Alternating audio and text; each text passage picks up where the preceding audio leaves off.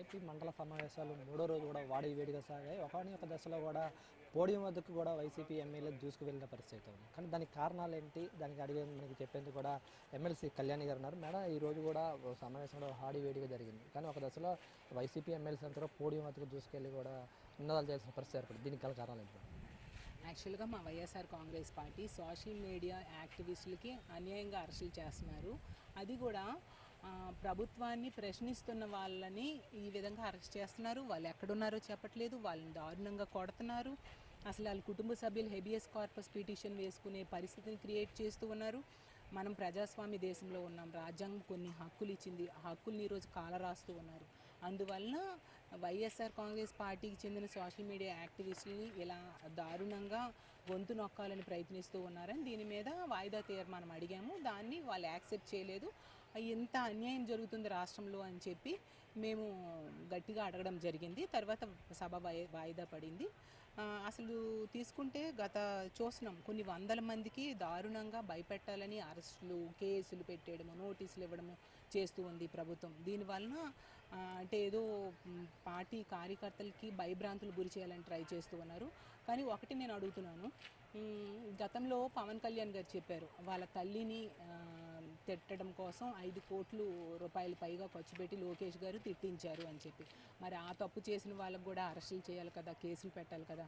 అదేవిధంగా జగన్మోహన్ రెడ్డి గారి మీద, అతని కుటుంబ సభ్యుల మీద, మా వైఎస్ఆర్ కాంగ్రెస్ పార్టీ నాయకుల మీద, కార్యకర్తల మీద, మహిళల మీద దారుణంగా పోస్టులు పెడుతున్నారు. వాళ్ళని కూడా అరెస్ట్ చేయాలి కదా. న్యాయం అంటే అందరికీ సమానంగా ఉంటుంది కదా. ఏ తప్పు చేయని వాళ్ళని వైఎస్ఆర్ కాంగ్రెస్ పార్టీ అయితే చాలు, ప్రభుత్వం చేస్తున్న తప్పుల్ని వేలెత్తి చూపుతున్నారు అని చెప్పి ఈ విధంగా అరెస్ట్ చేయడం ఎంతవరకు సమంజసం? దాని మీద ప్రశ్నించాల్సిన బాధ్యత ప్రతిపక్షంగా మాకు ఉంది కదా. అందువల్ల మేము ప్రశ్నించి వాయిదా తీర్మానం అడగడం జరిగింది. అంటే మేడం, ఏపీ అసెంబ్లీలో ఎట్లా ఒక ప్రతిపక్ష హోదా లేదు కదా, ఎక్కడైనా ఆ హోదా దక్కించుకోవాలి, ఏదో గందరగోళం సృష్టించాలని కావాలనే చేస్తున్నారని చెప్పేసి బడ్జెట్ విషయాల్లో కూడా కూటమి ప్రభుత్వానికి ప్రజల నుంచి కూడా లబ్ధి ఏదైతే దొరుకుతుందని చెప్పేసి దానికి కావాలని అడుగుతున్నారని చెప్పేసి కూడా ఇటు అంటున్నారు. మీకు ఒకటే చెప్తున్నా అండి, బడ్జెట్ గురించి చెప్పాలంటే వాళ్ళు మేనిఫెస్టోలు ఏమి ఇచ్చారు, దానికి సరిపోయిన నిధులు కేటాయించారా లేదా అని మేము అడిగాము. ప్రతిపక్ష హోదా ఖచ్చితంగా మాకు ఉంది, కౌన్సిల్లో ఉంది, అలాగే అసెంబ్లీలో కూడా ఉంది. ఎందుకంటే ఉన్న 4 పార్టీలు 3 పార్టీలు అధికార పక్షంలో ఉన్నాయి, ఉన్నది ఒకే ఒక ప్రతిపక్ష పార్టీ. కాబట్టి ప్రతిపక్ష హోదా అనేది మా పార్టీకి ఉంది, కౌన్సిల్లో కూడా ఉంది.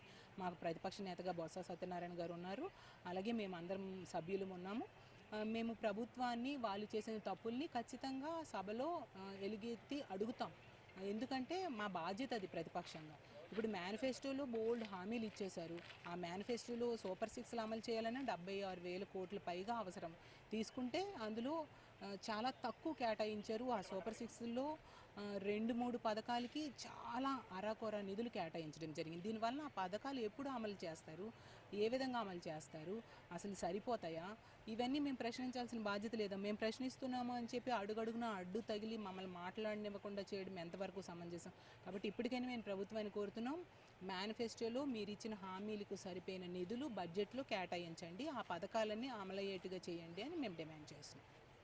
ఇలా చూసినట్లయితే పథకాలన్నీ కూడా అమలు చేసే విధంగా చూడాలి, రాష్ట్ర బడ్జెట్లో కూడా పూర్తిగా ప్రవేశపెట్టాలి. అప్పుడైతేనే ఆ రాష్ట్రానికి సరిపోయిన నిధులు కూడా అవసరమయ్యే విధంగా ఉంటాయని కూడా చెప్పేసి అయితే మాత్రం ఎమ్మెల్సీ కళ్యాణి గారు కూడా చెప్తున్న పరిస్థితి ఏర్పడుతుంది.